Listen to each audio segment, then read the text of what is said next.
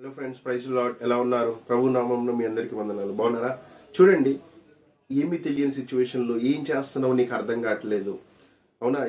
ఏంటి, అందరినీ అడిగాను, నాకు సహాయం దొరకట్లేదు. ఏంటి, ఈ భారాన్ని నేను తట్టుకోలేకపోతున్నా, ఈ బర్డన్ నేను బేర్ చేయలేకపోతున్నా, నాకు ఏం చేయాలో అర్థం కావట్లేదు. ఎవరి దగ్గరికి వెళ్ళాలి, ఎవరిని ఆశ్రయించాలి? అవునా, ఒక్కడివే కూర్చొని దిగులు పడుతూ దుఃఖముతో ఉంటూ అవునా చింతిస్తున్నావా?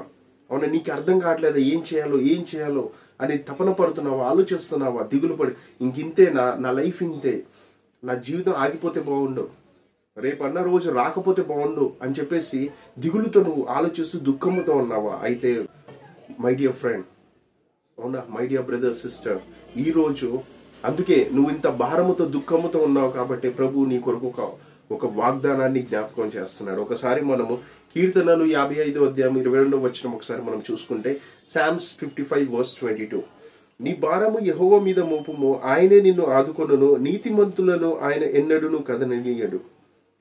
Give your burdens to the Lord and he will take care of you, he will not permit the godly to slip and fall అని ఇక్కడ చూడండి స్పష్టంగా చెప్తున్నాడంట. నీకున్న సమస్త భారం ఏదైనా కావచ్చు, నో మ్యాటర్ వాట్, ఏ ప్రాబ్లం అయినా, ఏ సమస్య అయినా, ఏదైనా కావచ్చు, ఆయన నీ భారం మొత్తం ఆయన మీద మోపితే ఆయన సమస్తాన్ని తీసేసి నీతిమంతులను ఎప్పటికీ కదలనివ్వడంట.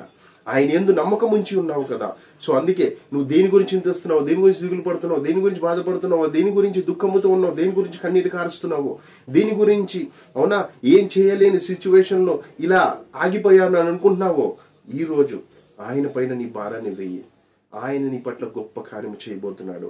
అందుకే ఆయన ఎందుకు విశ్వసించు, నమ్ము, ఆయనని పట్టుకొని ముందుకు నడువు. ఆయన మీ పట్ల గొప్ప కార్యము చేయబోతున్నాడు. ఆమేన్.